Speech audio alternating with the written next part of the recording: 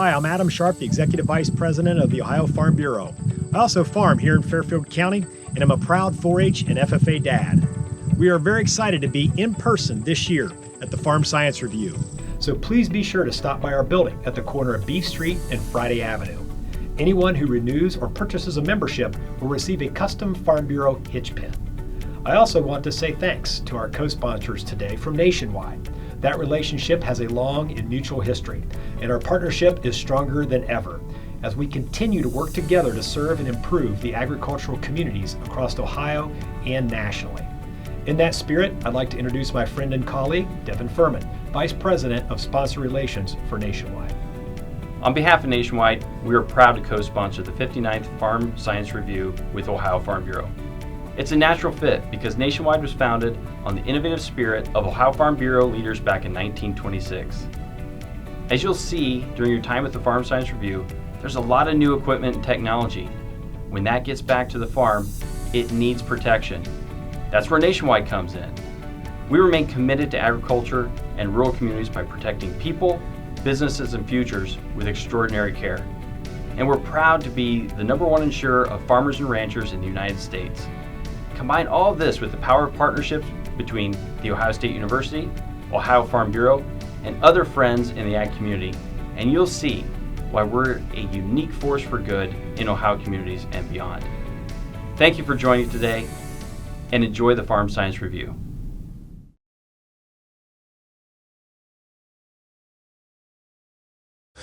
Hi, my name is Gary Gao. I'm a professor and also an extension specialist with OSU South Centers in Piketon. Today is such a beautiful day in September 2021, and as you can see right behind me, we have several raised beds of raspberries, and we had a little bit extra funding from one of our Bramble projects. And we're just lucky to have a very strong support from Ohio Department of Agriculture and through their Specialty Crop Block Grant program. And this demonstration project is more for showing folks what fantastic soil drainage can do for raspberries. And we do have some raspberry bushes in raised beds, and on the other side of our research center. However, they don't look as good. Here, because of the raised beds and built of pressure-treated lumber, and everything looks fantastic. And the variety that we have is Cascade Harvest from the West Coast. And we're just so excited that these plants are doing so well. And I also wanted to say that my research assistant, Ryan Slaughter, has done a fantastic job building the raised beds, and all that success was from his, hopefully not just his magic touch, and I think it's more of a probably a combination of his magic touch and excellent soil drainage. We are back here now. As you can tell, we have several things going on right here. So we have our blueberry bushes in containers, and we also have a hardy figs in the background. And we're quite lucky. We received quite a few grants from Ohio Department of Agriculture, and these are specialty crop block grants through ODA and USDA Agricultural Marketing Service. And for this segment, and I got my very able assistant Ryan Slaughter to join me, and maybe he could say a couple words about himself first, and then maybe a little bit about figs. All right, well, thank you, Gary. Yep, like Gary said, I'm Ryan Slaughter. I'm a research assistant here at OSU South Centers, and I take care of our research plots here at our site in Piketon. And as Gary mentioned, we've got some figs in the background over there. We got a project a few years ago to look at hardy figs, and well, number one, can they grow here in Ohio, and then what are the best varieties? So Back behind us, we've got 3 varieties: Olympian, Hardy Chicago, and Brown Turkey. And as you can see, they look pretty good from here. We had some pretty good survivability, and we've been working on how to protect those canes during the winter time so we get a little bit earlier fruit. And I've got a couple here, as you can see. Here's a nice ripe one off of Brown Turkey. It's a real nice size. Kind of turns a purplish brown color when it's ripe. And then the inside of it, I've cut it open here. And these are delicious. If you've never had one, try to find some locally and give them a try. Very, very good. So thank you. Gary, back to you. Okay. Hey, thanks a lot, Ryan. While Ryan got a couple of really pretty nice-looking hardy figs, and I got 2 that are overripe, super sweet. So I'm just going to eat a couple right here, and I tasted a little bit. As you can see, boy, they're fun to eat. Go ahead, Ryan. Yeah, the texture and the flavor, I kind of relate it to that of a peach. It's pretty soft when they're ripe, and even the flavor itself is kind of similar to peach. Other folks have some different opinions, but everybody here at South Centers really likes them, and when I take them in, everybody gets really excited about the fact that we started harvesting them. So a great crop, pretty easy to grow, just a fun little new crop that we're working on here.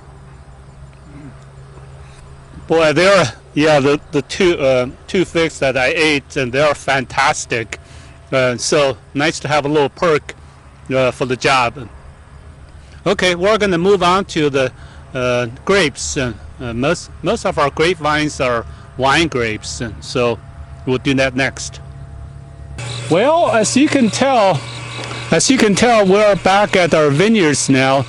And we have quite a few varieties going on here, and our main goal was to test more like winter hardy grape varieties, mostly wine grapes. And we're quite lucky. We have received funding from Ohio Grape Industries Committee, or it's short for OGIC. But the program is called Ohio Grape Industries Program, but the funding comes from OGIC. As you can tell, my able assistant Ryan Slaughter is with me again, and maybe Ryan can talk about some of the varieties that we have here. Sure, thank you, Gary. Yep, as Gary said, mostly we have wine grapes here. We do have a couple table grape varieties, but for the most part we're only looking at wine grapes. We've got 13 varieties planted in this little over half an acre vineyard, and I've got a couple varieties that I pulled for you here today. This white variety here, and it's might not be able to see it in detail, but it's got a little freckling on the skin. That is Vidal. It's a pretty good industry standard grape here for Ohio wine. And this purple grape here, almost black in color, is a variety called Chamberson. And again, one of those solid varieties that we have here for Ohio grape growers. And in the background, we've got something new that we're working on this year. It just looks like a bucket in the sky, but actually that's called the laser Scarecrow. We're working with the University of Rhode Island and Dr. Brown there. They have developed this system as a bird deterrent. And you might be able to see here that we've got some bird netting over these grapes. That is the most effective way of keeping birds from eating the grapes, which they absolutely love. But we're going to be working this year to see if that laser bird deterrent works. And Gary, do you want to say a couple things about it? Okay, we'll do. Hey, thanks Ryan. While the laser bird deterrent, it's pretty neat, and I did quite a bit work and research online and read quite a few papers, and also attended a webinar through American Society for Horticultural Science, and that's how I found out about Dr. Rebecca Brown's research. And it's supposed to work quite well. They did quite a bit of research on sweet corn, and the laser beam kind of goes in a very random pattern, and it's supposed to create kind of an imaginary invisible. Well, I guess in this case, it's highly visible to birds, and creates kind of a shadowy effect. It makes birds think like something, kind of a predatory birds chasing them.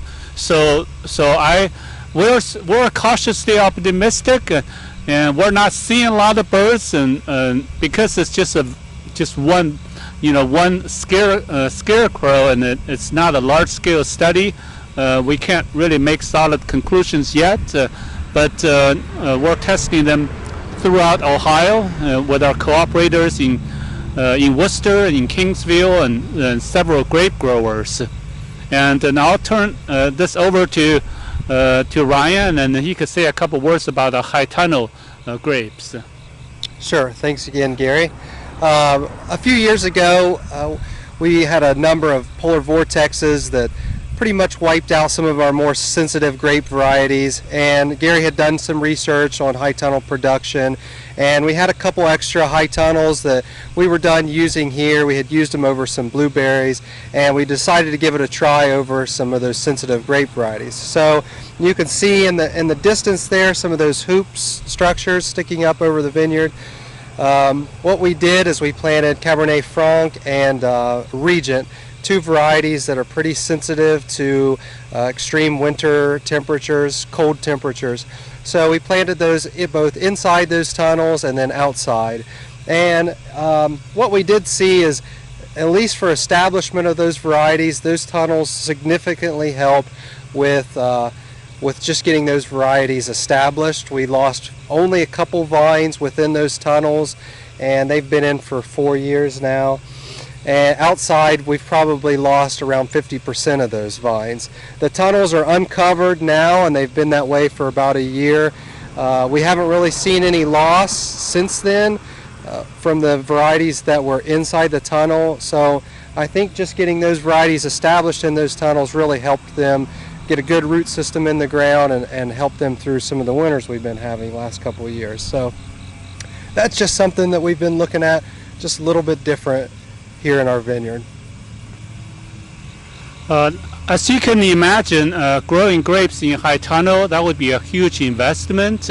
But our message to commercial growers is, if you were to grow grapes in high tunnel, I would say that's one good way to produce estate wines, and in order to get a much better premium on your grapes, or produce varieties that you wouldn't be able to otherwise, to offset the high cost of the high tunnel installation, construction, and all that. And there are growers who do that commercially, and so hopefully you can think about this as a potential way to grow things, grapes. And just a couple quick comments. The Vidal grapes, Vidal variety has been tested in Ohio since the 70s, and for those of you who like ice wine, and which I do too, and it's a fantastic variety for iced wine, and that's what you get in northern Ohio and also Canada, where they produce a lot of iced wine.